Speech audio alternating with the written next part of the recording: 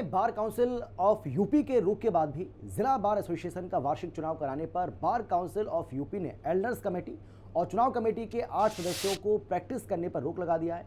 आपको बता दें कि चित्रकूट जिला बार एसोसिएशन के वार्षिक चुनाव के लिए 1 दिसंबर को नोटिफिकेशन जारी हुआ था। चुनाव की प्रक्रिया बढ़ाते हुए मतदाता सूची जारी कर दिया था, जिसके बाद नामांकन कराते हुए मतदान करवाया और फिर वही मतगणना की प्रक्रिया चल रही थी। तभी चुनाव की प्रक्रिया को नियम विरुद्ध ठहराते हुए अधिवक्ताओं ने हंगामा काटना शुरू कर दिया।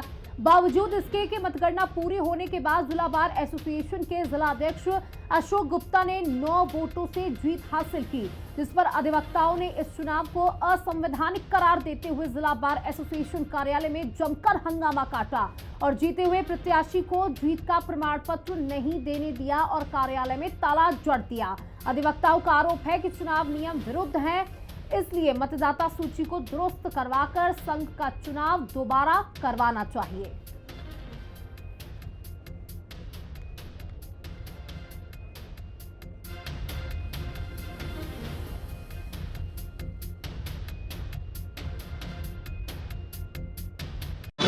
चित्रकूट बार संघ का चुनाव अब विवादित पड़ाव तक आ चुका है। आपको बता दें कि कल चित्रकूट में अधिवक्ताओं के संघ का मतगणना हुई, जिसके बाद अधिवक्ताओं में रोष है और वो किसी भी सूरत में अपने इस जो चयन प्रक्रिया है, जो एल्डर कमेटी है, उसकी डिसीजन से सेटिस्फाई नहीं है।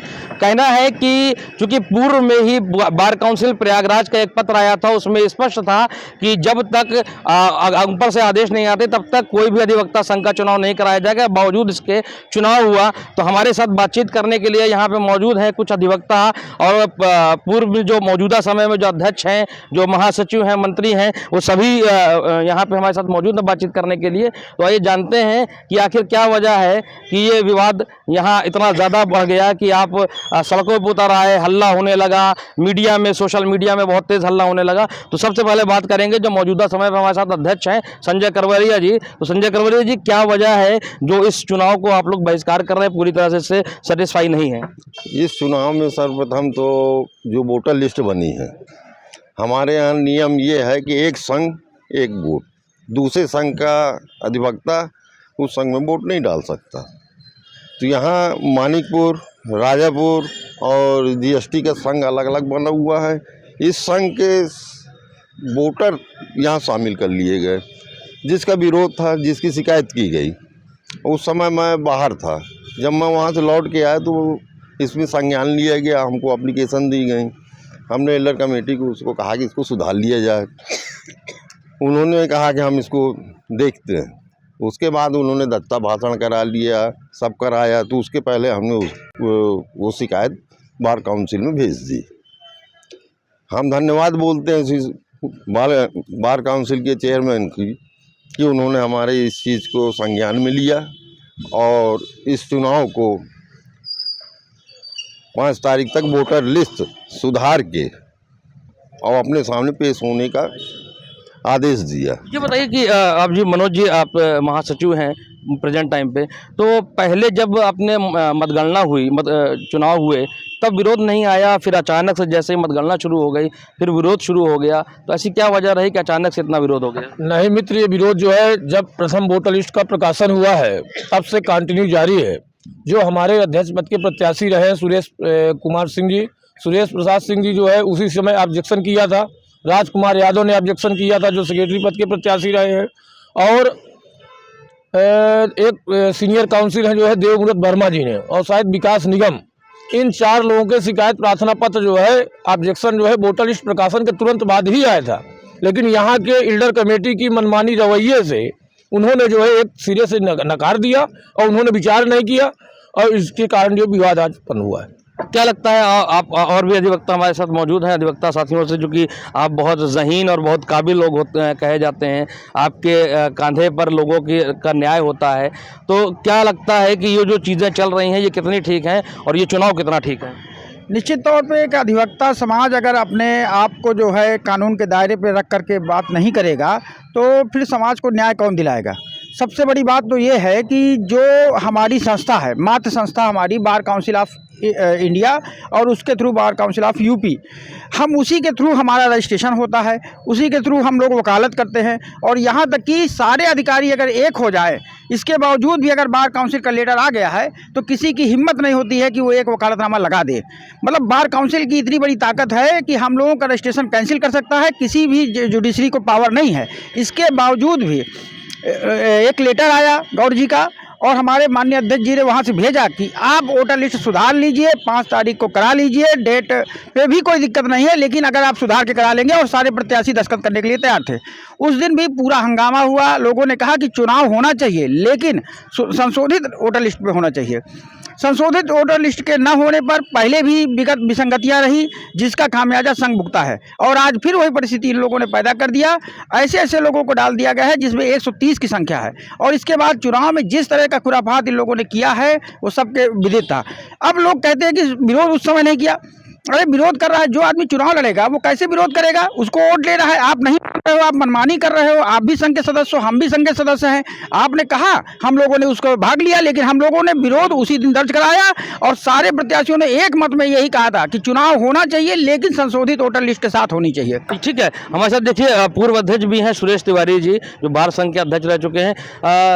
ये बताएं सुरेश जी के ये जो विरोध है, ये मौजूदा जो अभी अध्यक्ष नए जिनको चयन हुआ एल्डर कमेटी के द्वारा, ये उनका विरोध है या पूरे चुनाव का विरोध है? देखिए, चुनाव अवैध तरीके से हुआ है और उसका विरोध है। और सबसे पहले ये है कि यही अशोक गुप्ता ने अपने जूनियर को भिजवा के 300 वोटरों की नो ड्यूज की रसीद कटवाया है, और कटवाने के बाद इसकी पूर्ण रूप से साजिश करके गांव-गांव में जाके उन लोगों को पैसा दिया है, लिफाफा दिया है। सारी सुविधाएं होटल में और अपने स्कूल में सारी सुविधाएं देकर इसने क्या कहती जो गंदगी तरीके से अधिवक्ता संघ को गंदा किया है, इसकी निंदा की जाती है। ऐसे लोग कभी अधिवक्ता संघ में हम लोग बैठने नहीं देंगे और इसका बहिष्कार करेंगे कि इसलिए कि ये समाज इसको चरित्रहीन आदमी समझती है और इसने समाज में इतने गंदे काम किए हैं कि इसका बहिष्कार हम लोग। जी मैं बता दूं आपको, सबसे बड़ी बात होती है हमारे चुनाव में अध्यक्ष और मंत्री जी खड़े हैं, ये वोटर लिस्ट का प्रकाशन इनको करना चाहिए। उसमें एक नियम है, अगर ड्यूज हमारा कटा है और अगर हमने 10 साल 15 साल वकालत नहीं किया है तो हम प्रतिस्थापित हो जाते हैं। हमारे ड्यूज का बकाया रहता है, जब तक हमारे ड्यूज का बकाया अध्यक्ष मंत्री के द्वारा क्लियर करके सर्टिफिकेट नहीं दे दिया जाएगा, तब तक हम अगली वोटर लिस्ट पर नहीं जा सकते हैं। यहाँ तक कि नियम है कि जो नया अधिवक्ता आता है उसका ड्यूज के बाद 2 साल बाद वो चुनाव वोटिंग कर पाता है। अगर 2 साल बाद वोटिंग राइट उसको दिया जाता है तो उसके 2 साल पूर्व के ड्यूज कटाए जाते हैं। ये कोई प्रश्न नहीं है कि ड्यूज आपने क्यों कटाया। अगर ड्यूज आपने कटाया भी है तो वोटर लिस्ट का संशोधन आपको देना चाहिए। और सबसे बड़ी बात यह है कि यहाँ पर टैक्सेशन के अध्यक्ष मंत्री, मानीपुर बार के अध्यक्ष मंत्री, राजापुर बार के अध्यक्ष मंत्री। तो देखिए, हमारे साथ एक इंटरेस्टिंग बात यह है कि इस पूरे विरोध में वो भी शामिल हैं जो जीत हासिल किए हुए हैं। अनुराग जी हैं, अधिवक्ता संघ के सदस्य में आपका जो है जीत हासिल की है, बावजूद इसके आप विरोध कर रहे हैं। तो ऐसी क्या अहम बात है जो ये भी विरोध में उतर आए? तो अनुराग जी बताएं क्या मामला है पूरा और कितना आप सेटिस्फाई हैं इस चुनाव से? आप तो जीते हुए हैं।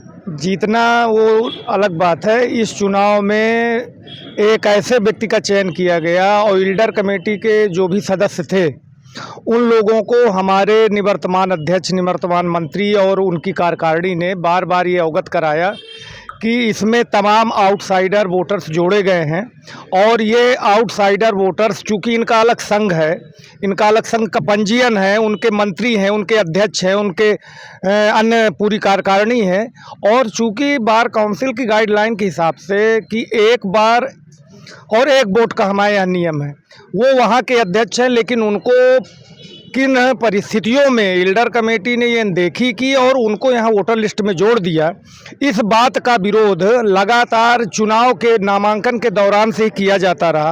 आपका विरोध जो नवनिर्वाचित अध्यक्ष है उनसे है या फिर चुनाव प्रक्रिया से है? हमारा इस पूरी चुनाव प्रक्रिया से है। हमें किसी जो निर्वाचित होगा वो सर्वमान्य नेता होगा, दिए गए दिशा निर्देशों को एल्डर कमेटी के समक्ष पेश किया और ये प्रक्रिया विगत ये मतदान के पूर्व से चली आ रही है। और एल्डर कमेटी ने ना तो हमारे अध्यक्ष जी को सुना, ना मंत्री को सुना, ना कार्यकारिणियों को सुना, ना अधिवक्ता को सुना। और जबरदस्ती जो है वो किया। और जब उन्होंने कहा कि भाई जब मैं जीतने लगा तो मेरा विरोध हुआ, ऐसा नहीं है।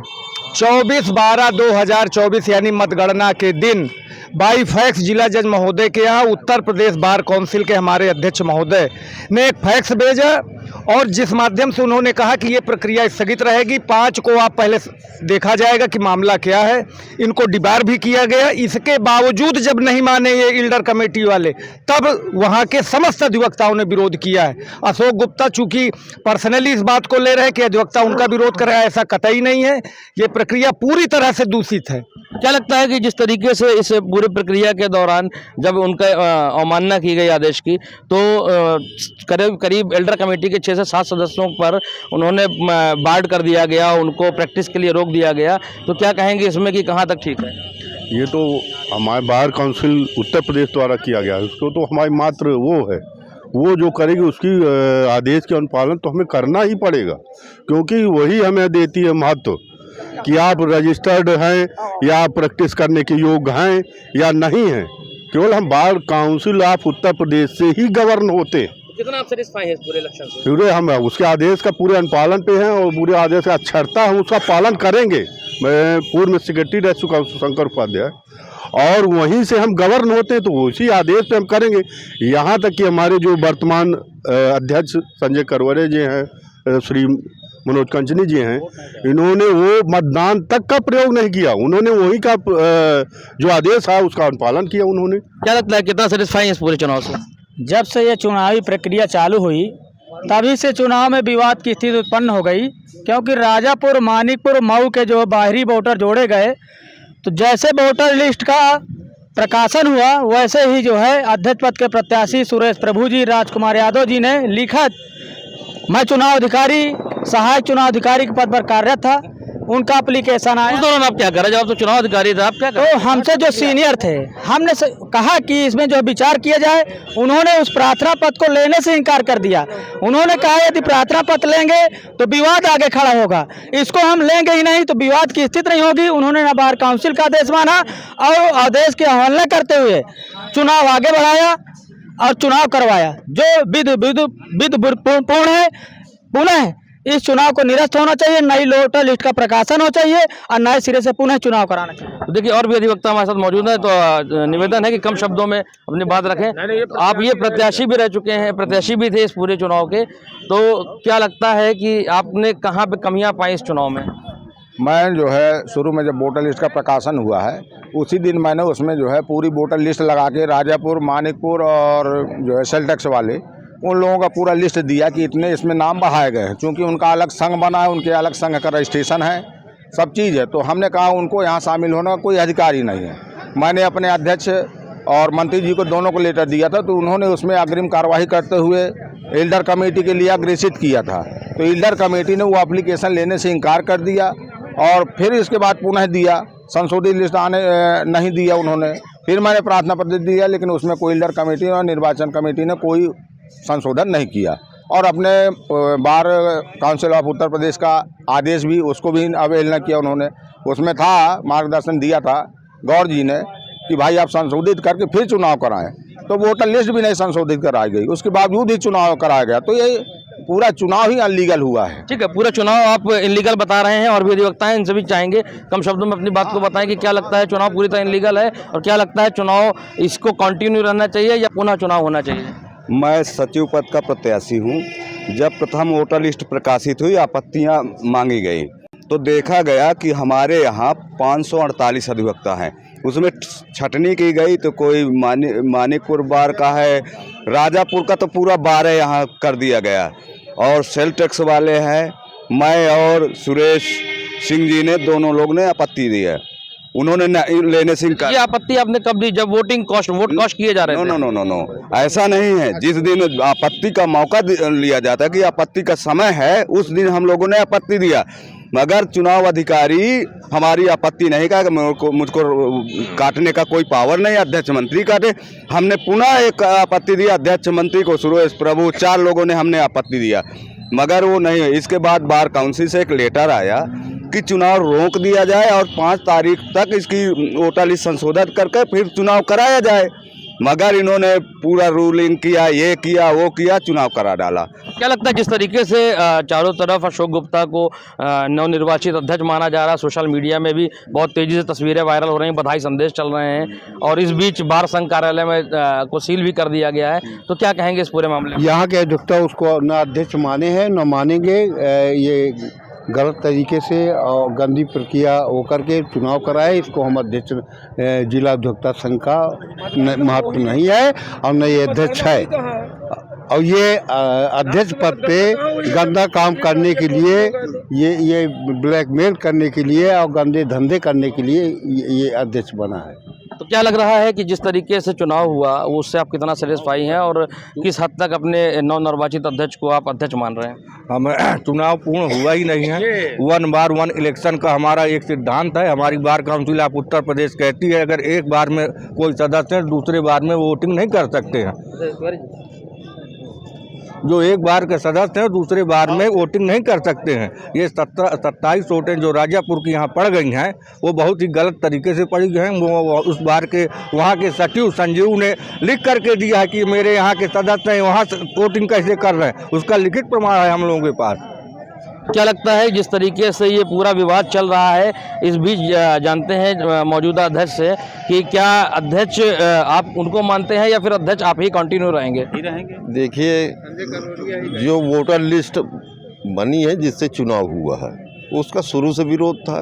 जब वोटर लिस्ट सही नहीं है, आपने वोट कास्ट किया? नहीं, हमने वोट कास्ट नहीं किया। बार काउंसिल के आदेश का हमने पालन किया, हमने और कंचनी जी ने वोट नहीं डाला।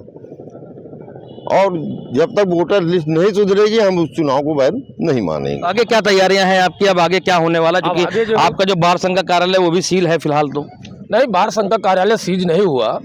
हमारे अधिवक्ता साथियों को जो है 90% अधिवक्ता साथियों ने कहा कि हमें शंका है कि जो है उद्योगपति जो है सबको प्रभाव में लेके संघ के हमारे जो है कागजातों को निकाल सकता है। इस परिस्थिति में हमने जो है संघ के साथियों के साथ ये हुआ कि 5 तारीख तक संघ को सीज रखते हैं। कोई कानूनी रूप से सीज नहीं है, वो हमारी जो है जनमानस को देखते हुए आम सहमत से जो है सीज किया गया। तो अभी जिस तरीके रही बात चुनाव की, जैसे बार बार आपके द्वारा ये कहा जा रहा है कि भाई वो नवनिर्वाचित अध्यक्ष हैं, वो नवनिर्वाचित अध्यक्ष हुए कहाँ? ना तो उनको जो है सर्टिफिकेट मिला और ना ही जो है चुनाव की प्रक्रिया पूर्ण हुई। वो तो उनके प्रभाव में आके जो है उनकी घोषणा उन्होंने अनाउंसमेंट कर दिया।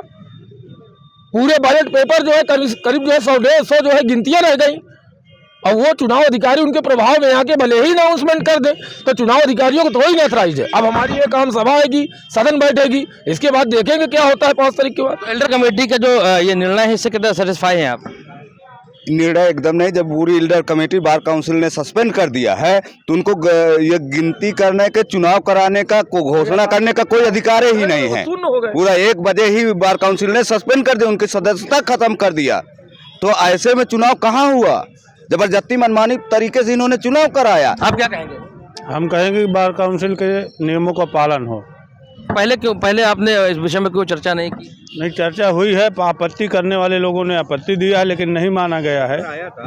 अब मनमानी की गई है। तारीख को भी लेकर आया जी। तो फिलहाल इस तरीके का विवाद चल रहा है अध्यक्ष पद को लेकर, महासचिव पद को लेकर, या यूं कहें कि पूरे बार संघ के इस चुनाव को लेकर के अधिवक्ताओं में खासा रोष है। अब देखना ये होगा जो संघ में 2 फाड़ आ गई हैं, इसके बाद अध्यक्ष पद का पुनः चुनाव होता है, बार संघ का पुनः चुनाव होता है, या फिर इसी निर्णय को आगे मान्य किया जाएगा।